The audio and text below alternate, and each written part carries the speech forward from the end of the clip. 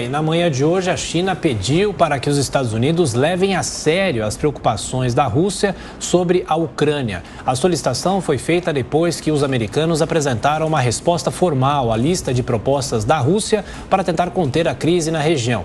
E para a gente entender melhor essa tensão envolvendo a Ucrânia, a gente conversa agora com o professor de Relações Internacionais da ESPM, Günter Hudzit. Professor, mais uma vez, gentilmente nos atendendo. Muito obrigado. Bom dia.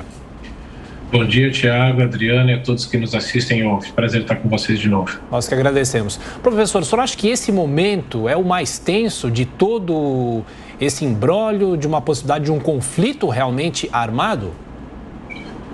Olha, um conflito armado entre Rússia e OTAN eu acho muito difícil. A gente não pode dizer impossível, porque num momento de tensão como esse, algo fugir ao controle pode acontecer, infelizmente. Mas eu acho que esse é um cenário que não interessa a nenhum dos dois lados, né? Na verdade, nenhum dos três lados. Rússia, OTAN, liderada pelos Estados Unidos, e a própria Ucrânia. Agora, uma situação onde a guerra civil que a Ucrânia está vivendo, e isso é o que muita gente esquece, desde 2014, várias províncias do leste da Ucrânia estão rebeladas e apoiadas pela Rússia. Então, essa região ter um incremento nesse conflito, declararem a sua independência, fazerem um plebiscito como aconteceu com a Crimeia em 2014 e a Rússia reconhecer e aí enviar tropas para essa região, isso eu não descarto.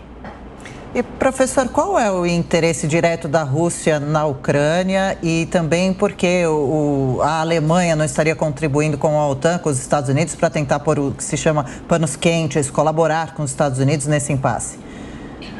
Bom, antes de mais nada, a Rússia, não só Vladimir Putin, o russo comum, nunca aceitou a independência da Ucrânia.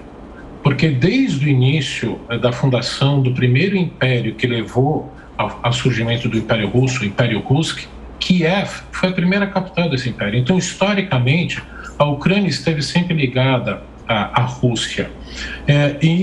Com a independência dela em 91, eles nunca aceitaram esse processo, principalmente quando ela se aproximou da União Europeia e quis entrar na OTAN.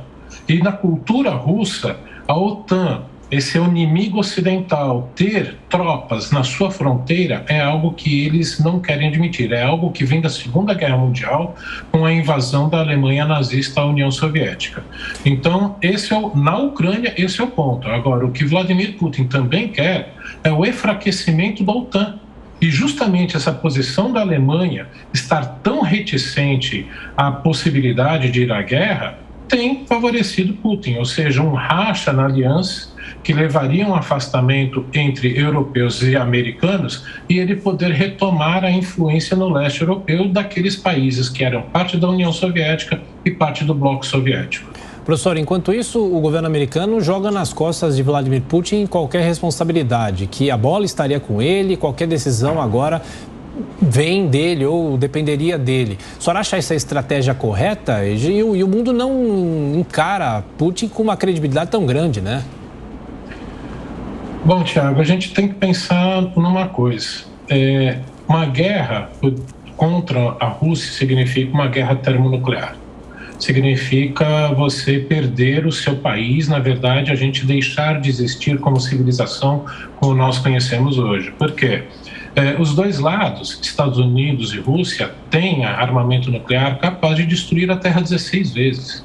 Então, por isso que uma guerra, uma confrontação entre esses dois, eu não vejo como plausível por causa da Ucrânia. Então, a Ucrânia está em um embate, mas que a OTAN e os Estados Unidos não estariam dispostos a ir ao limite de uma guerra por causa dela. E por isso mesmo, esse jogo para tentar jogar na responsabilidade, principalmente da opinião pública internacional, diplomaticamente, nas mãos ou nas costas de Vladimir Putin. Conversamos com o professor de Relações Internacionais da ESPM, Günter Hudzit. Professor, mais uma vez, obrigado pela atenção, pela gentileza, pelos esclarecimentos. Bom trabalho. Eu que agradeço. Bom dia a todos. Bom dia.